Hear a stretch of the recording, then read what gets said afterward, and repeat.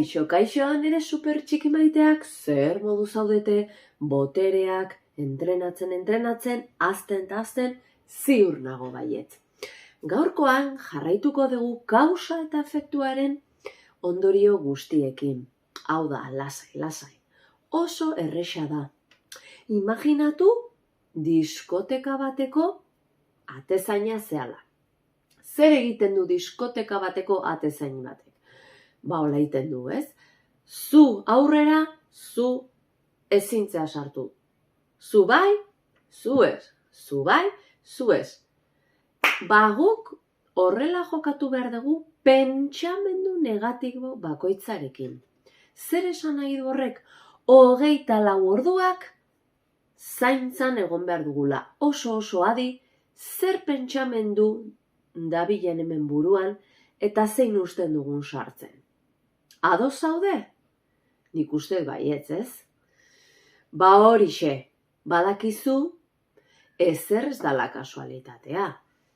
Ditugun sinesmenak, pentsatzen dugunak, emozio batzuk sortzen ditu eta ekintza batzuk. Eta hor daude emaitzak. Zer iruditzen, ados zaude? Bai ez, jarraitu nerekin eta ikusiko dezute. Aurrera superfamilia eta super txikiak.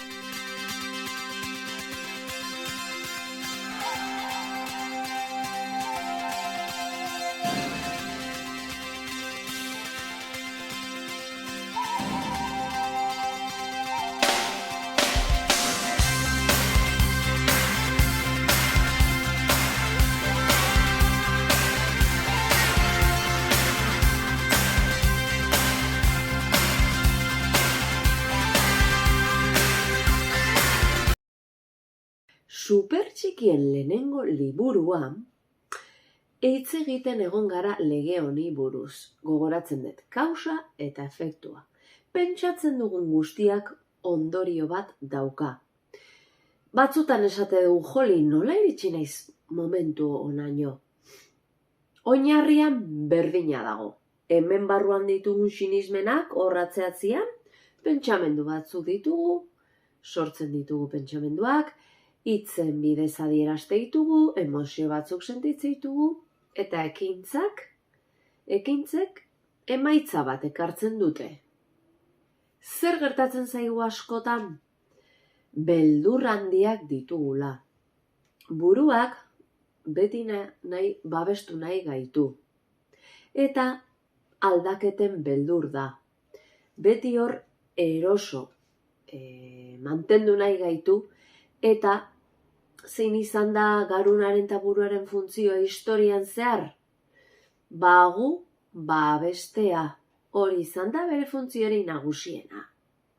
Askotan, segurtasun hori bilatzen duenean buruak, gure desioak lortzeko bidean, beldur asko etortzen zaizkigu burura. Ziur sentitu duzuela bai helduok eta bai txikitxoek zuen buruan pentsamendu hauek. Adibidez. Eta lortzen ez badut, ze gertatuko da?